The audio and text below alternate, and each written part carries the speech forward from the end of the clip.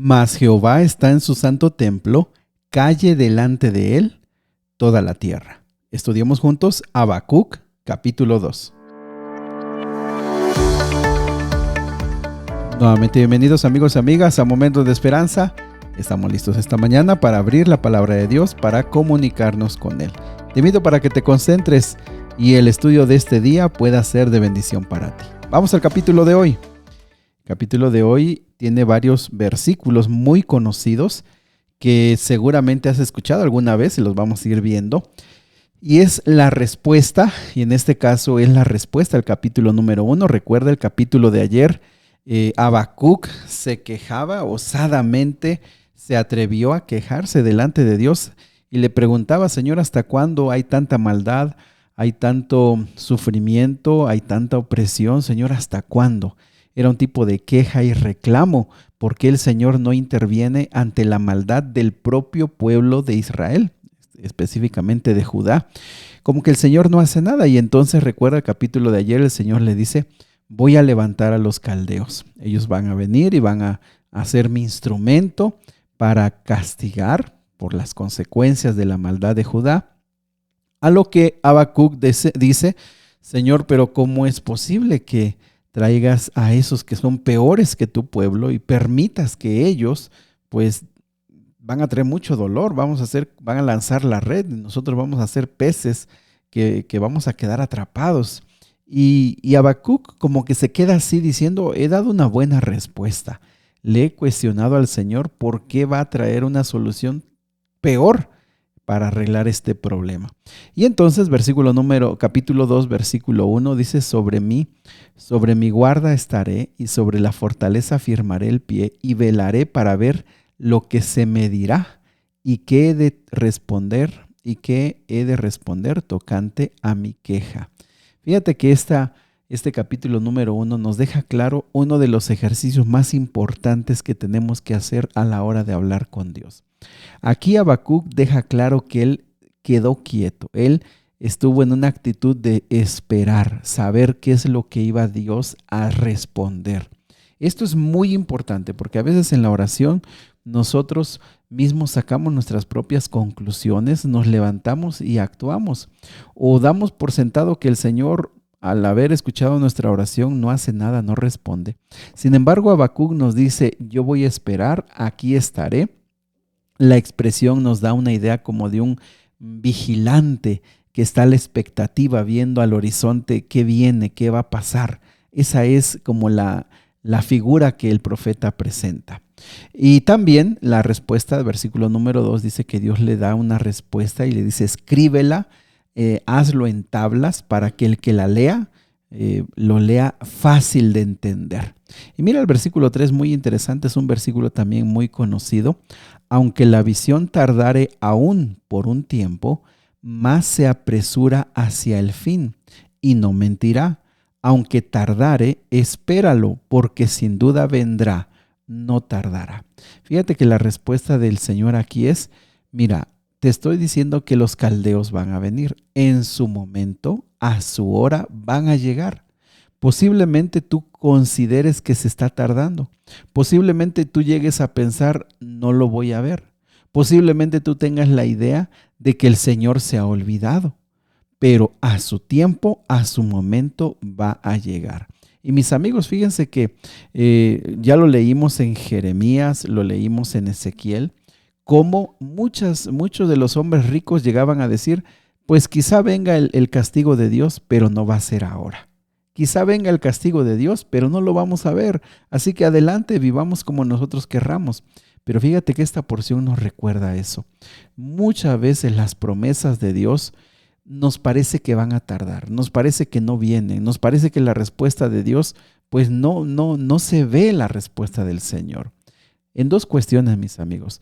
Viendo desde el punto de vista de la segunda venida, porque este versículo ha sido usado para hablar de la segunda venida de Cristo. No pienses que el Señor se tarda, no pienses que el Señor está fuera de control. Lo que este versículo dice es, a su momento va a llegar. Te puedes tardar, puedes pensar que se tarde, puedes pensar que se ha olvidado, pero a su momento va a responder. Y también esta es una invitación para todos nosotros hoy, mis amigos. Si tú te has entregado a Dios y tú estás siendo fiel a Él de todo corazón por amor a Dios, espéralo, no va a tardar. Sin duda vendrá, no tardará, dice este versículo. El Señor va a cumplir a su momento. Es cuestión de aprender a tener paciencia. Ahora el versículo 4 también está muy interesante. Dice, he aquí que aquel cuya alma no es recta se enorgullece, mas el justo por su fe vivirá. Mira, fíjate que este versículo también es muy conocido. En el Nuevo Testamento Pablo lo va a usar bastante, mas el justo por la fe vivirá. Y en la historia también Martín Lutero usó este versículo y podríamos decir que esta es una de las bases para la gran reforma que hubo, que dirigió o estuvo al frente o fue uno de los importantes, Martín Lutero. Pero, ¿qué significa en el contexto este versículo? En primer lugar dice, he aquí que el alma que no es recta. Fíjate que esta parte se dirige especialmente a Habacuc. Le están diciendo, tu alma no es recta del todo, por eso te enorgulleces. ¿En qué manera se enorgulleció? Bueno, en esa osadía de reclamar, en esa manera de inquietarse y decir, Señor, no estás haciendo nada. Y fíjate que es cierto, cuando uno se llena de orgullo, toma ciertas actitudes como las que tuvo Habacuc, pero la respuesta es, mas el justo por su fe vivirá. Es decir, aquel que cree en Dios, aquel que confía en Dios, vivirá. ¿Y en qué significó para ese tiempo? Bueno, significó que iba a ser librado del castigo de los babilonios, que iba a ser librado del castigo del propio pueblo. Y eso nosotros lo vimos de manera general en Ezequiel, en Jeremías, y sí, principalmente en esos dos, cómo Dios libró a mucha gente piadosa y prudente. Muchos no, pero muchos fueron librados. ¿Por qué? Porque por su fe fueron librados. ¿Sale? Muy bien, también en el versículo número 6 hasta el versículo número 15 viene otra argumentación. Dios aquí les dice, Habacuc, tú consideras que los caldeos son Babilonia, es claro. Tú consideras que los de Babilonia son perversos y consideras que están creciendo y creciendo y también a ellos no les sucede nada. Eso fue el argumento de Habacuc el día de ayer en el capítulo 1. Pero Dios dice, no, mira, ellos también van a recibir su pago. Versículo 6 dice, ay del que multiplicó lo que no era suyo, hasta cuándo había de acumular sobre sí prenda tras prenda. Miren, básicamente del capítulo 6, versículo 6, versículo 9, versículo 12 y versículo 15, dan características de la maldad de Babilonia. Ganancias deshonestas, derramaban sangre, promovían la iniquidad, promovían el libertinaje, promovían la maldad. Y lo que estos versículos dice es, Dios lo que está diciendo es, yo tengo claro lo que son ellos. Yo sé quién es Babilonia, pero en este caso va a ser instrumento en mis manos para poner justicia a este pueblo rebelde e idólatra. Yo sé quién es Babilonia y ellos también van a pagar, van a ser enjuiciados, va a llegarle la justicia a ellos en su momento. No te desesperes, no estés ansioso, Habacuc. Yo sé quiénes son ellos y yo en su momento voy a ponerles su juicio. Y sabes que eso lo vimos, repito, en Jeremías y en Ezequiel. Vimos cómo Dios dijo, no se desesperen. Lo vimos en Daniel. Vendrán los medos y los persas y destruirán Babilonia. Salgan de ahí, pueblo mío, porque ellos van a ser castigados. Así que miren, el resumen de este capítulo es el versículo 20. Mas Jehová está en su santo templo, calle delante de él toda la tierra.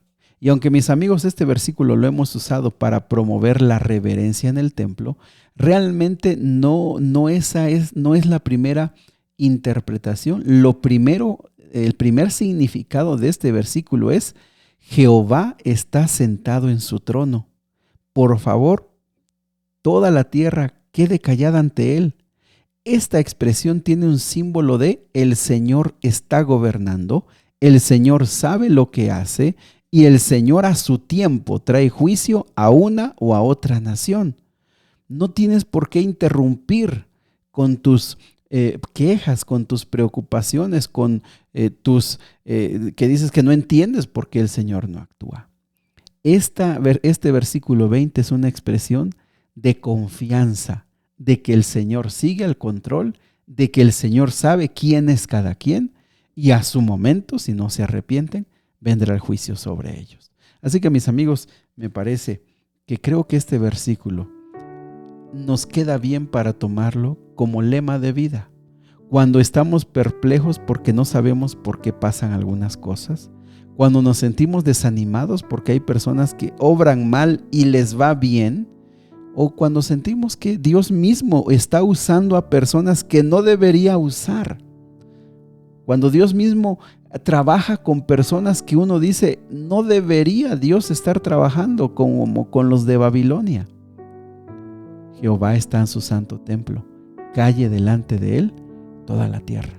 Y claro que esta expresión va más allá del templo de Jerusalén. Esta expresión va al trono del universo. El Señor sigue al control y sabe lo que está haciendo. Nuestro lema de vida es: Señor, por el justo, por la fe vivirá. Yo me entrego a ti, creo en ti, confío en ti y espero en ti. Nuestro Dios y Padre, ayúdanos a vivir confiados. Ayúdanos a vivir sabiendo que tú estás gobernando en tu trono celestial, este universo y más allá. Que tú sabes quién es cada uno. Y si las personas no se arrepienten, vendrá el juicio sobre ellos. Ayúdanos a ser esas personas humildes y nobles que te amen con todo su corazón. Te lo pedimos en Jesús. Amén. Que Dios te bendiga, amigo, amiga. Sigue abriendo tu corazón al Señor.